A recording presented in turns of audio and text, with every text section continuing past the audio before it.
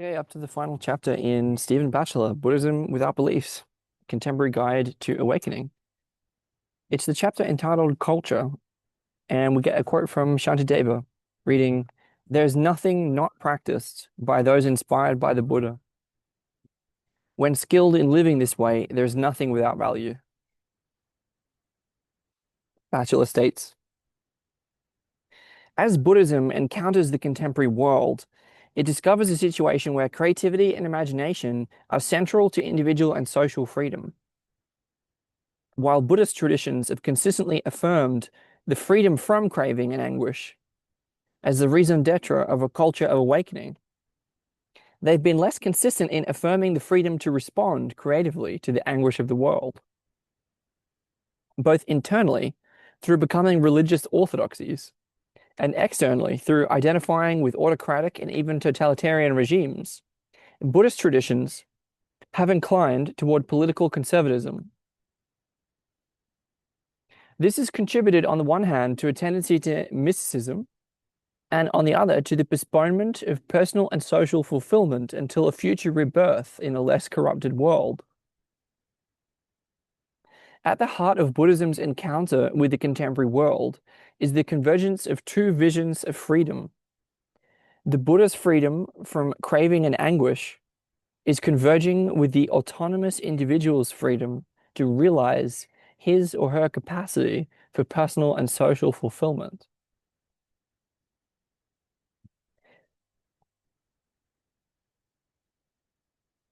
In today's liberal democracies, we are brought up to realize our potential as autonomous individuals.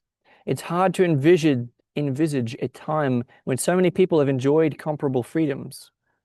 Yet the very exercise of these freedoms, in the service of greed, aggression, and fear, has led to breakdown of community, destruction of the environment, wasteful exploitation of resources, the perpetuation of tyrannies, injustices, and inequalities. Instead of creatively realizing their freedoms, many choose the unreflective conformism dictated by television, indulgence in mass consumerism, or numbing their feelings of alienation and anguish with drugs. Again, this is published in 1996.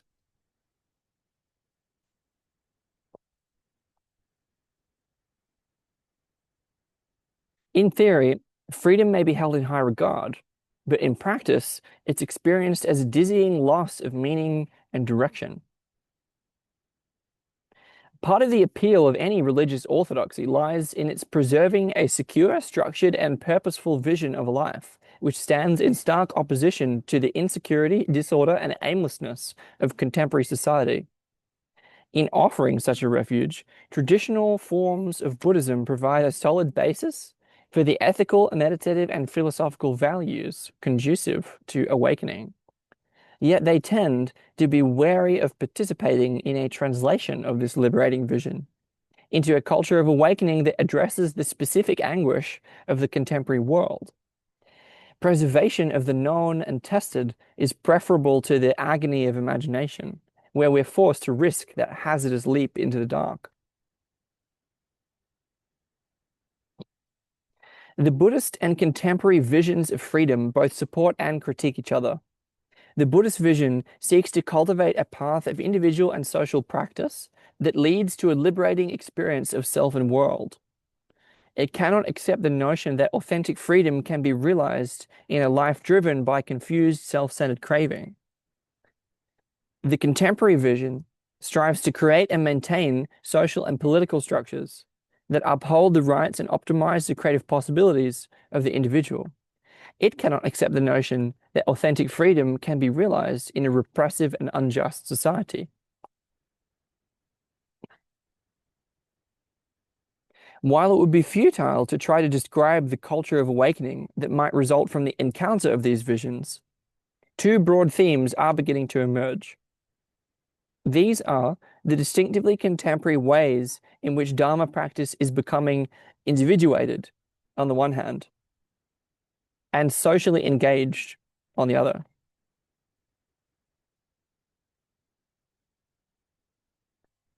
The individuation of Dharma practice occurs whenever priority is given to the resolution of a personal existential dilemma over the need to conform to the doctrines of a Buddhist orthodoxy. Individuation is a process of recovering personal authority through freeing ourselves from the constraints of collectively held belief systems.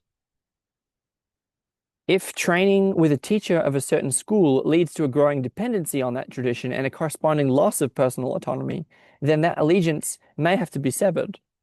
At the same time, unprecedented exposure to a wide range of Buddhist traditions today makes it difficult to accept each school's unquestioned assumption of its own superiority.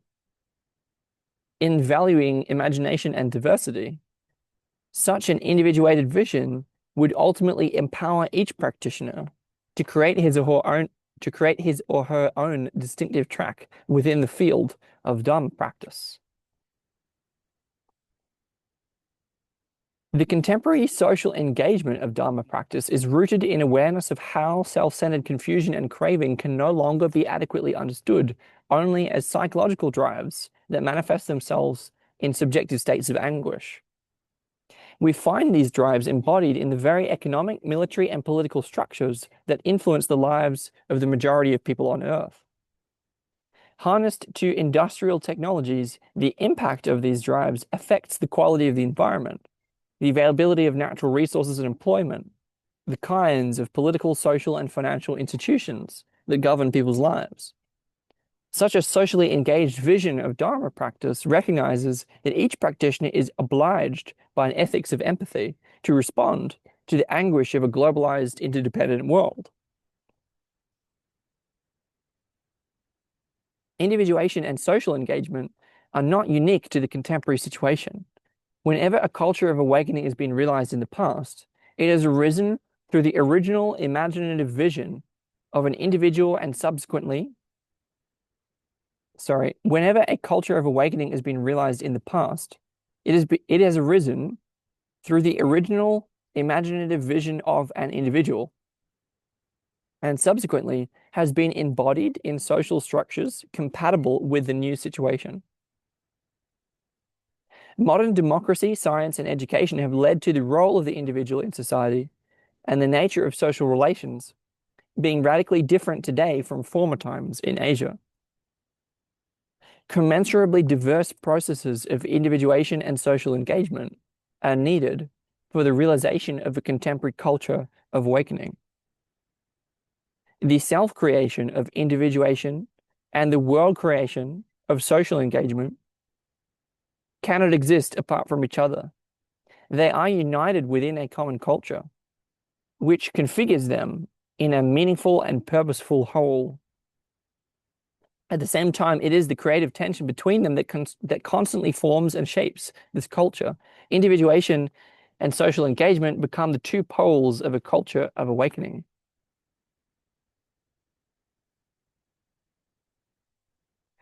Culture, according to the Chambers Dictionary, is a state of being cultivated. A state of being cultivated. What is to be cultivated, according to the Buddha, is a path of authentic vision, ideas, speech, action, forms of life, resolve, mindfulness, and focused awareness. Hence, a culture of awakening is a state in which this path is being cultivated. A culture of awakening is forged from the tension between an indebtedness to the past and a responsibility to the future.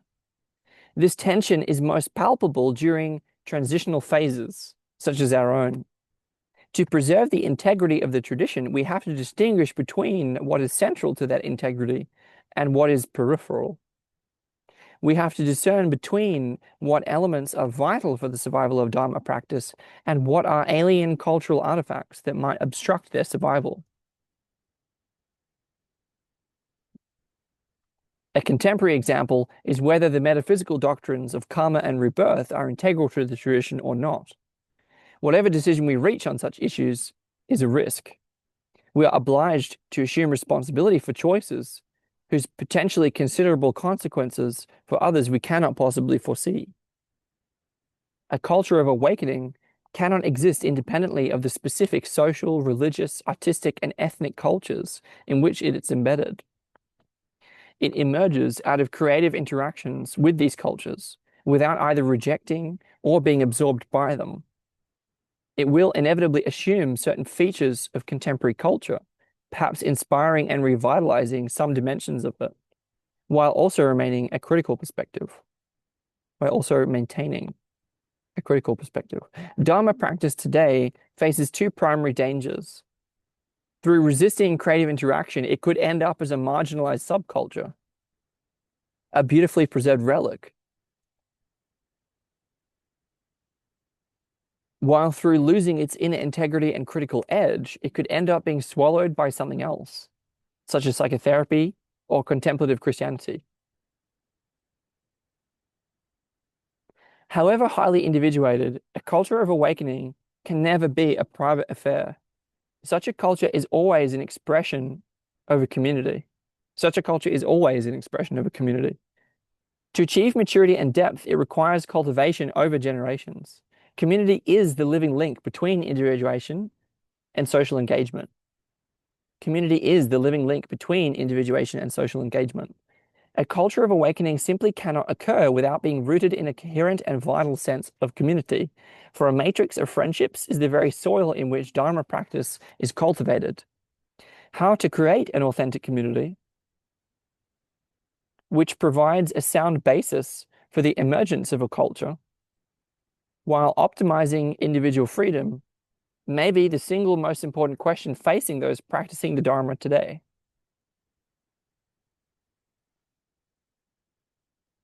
One of the strengths of religious Buddhism is its ability to respond unambiguously to this question through continued establishment of hierarchic institutions that have weathered centuries of turmoil and change. While such institutions may provide excellent settings for sustained training in meditation and reflection, it's questionable whether they alone can provide a sufficient basis for the creation of a contemporary culture of awakening. The democratic and agnostic imperatives of the secular world demand not another Buddhist church, but an individuated community, where creative imagination and social engagement are valued as highly as philosophic reflection and meditative attainment. An agnostic Buddhist vision of a culture of awakening will inevitably challenge many of the time-honored roles of religious Buddhism. No longer will it see the role of Buddhism as providing pseudoscientific authority on subjects such as cosmology, biology, and consciousness, as it did in pre-scientific Asian cultures. Nor will it see its role as offering consoling assurances of a better afterlife by living in accord with the worldview of karma and rebirth. Rather than the pessimistic Indian doctrine of temporal degeneration, it will emphasize the freedom and responsibility to create a more awakened and compassionate society on this earth. Instead of authoritarian, monolithic institutions, it could imagine a decentralized tapestry of small-scale, autonomous communities of awakening. Instead of a mystical religious movement ruled by autocratic leaders, it would foresee a deep, agnostic, secular culture founded on friendships and governed by collaboration. I'm going to read that paragraph again. An agnostic Buddhist vision of a culture of awakening will inevitably challenge many of the time-honored roles of religious Buddhism. No longer will it see the role of Buddhism as providing pseudoscientific authority on subjects such as cosmology, biology, and consciousness, as it did in pre-scientific Asian cultures. Nor will it see its role as offering consoling assurances of a better afterlife by living in accord with the worldview of karma and rebirth. Rather than the pessimistic Indian doctrine of temporal degeneration, an agnostic Buddhist vision of a culture of awakening will emphasize the freedom and responsibility to create a more awakened and compassionate society on this earth. Instead of authoritarian, monolithic institutions, it could imagine a decentralized tapestry of small-scale, autonomous communities of awakening. Instead of a mystical religious movement ruled by autocratic leaders, it would foresee a deep, agnostic, secular culture founded on friendships and governed by collaboration.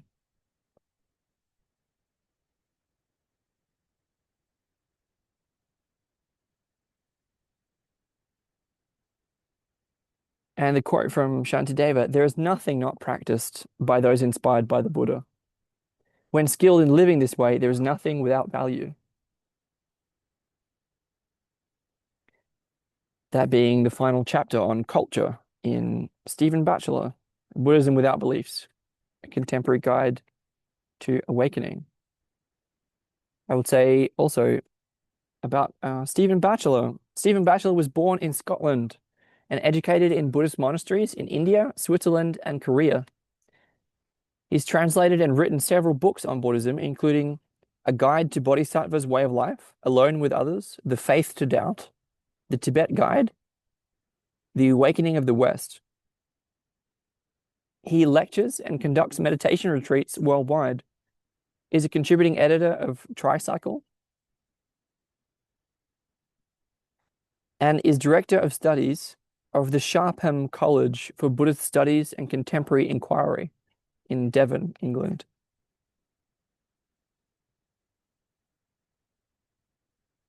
Again, he was a monk for 10 years in both the Tibetan and Zen traditions.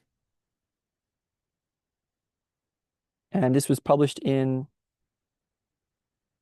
1997. Okay.